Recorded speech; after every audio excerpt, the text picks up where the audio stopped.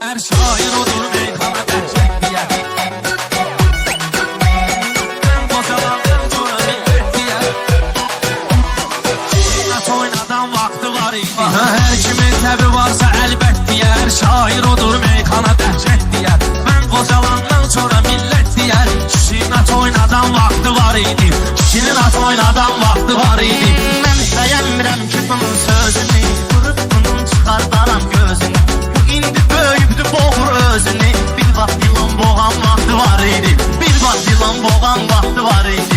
Yaşamalımızda qanlı göl var idi. Kumanda dostalanda böl var idi. Qabaqlı boy yerdə sənöl var idi. 12 tamam tavan vaxtı var idi.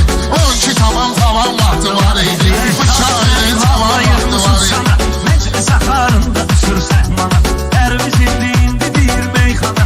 Sintizadır çalan vaxtı var idi. Sintizadır çalan vaxtı var idi.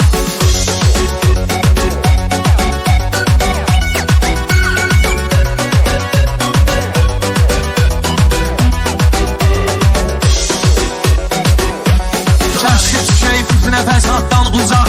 İman ürəklərdə yandırar çıraq. Hardasa bir həftə bundan qabaq mübarək Ramazan vaxtı var idi. Mübarək Ramazan vaxtı var idi. Burada nə dostluq, nə bıraxdıq gedir. Nə saç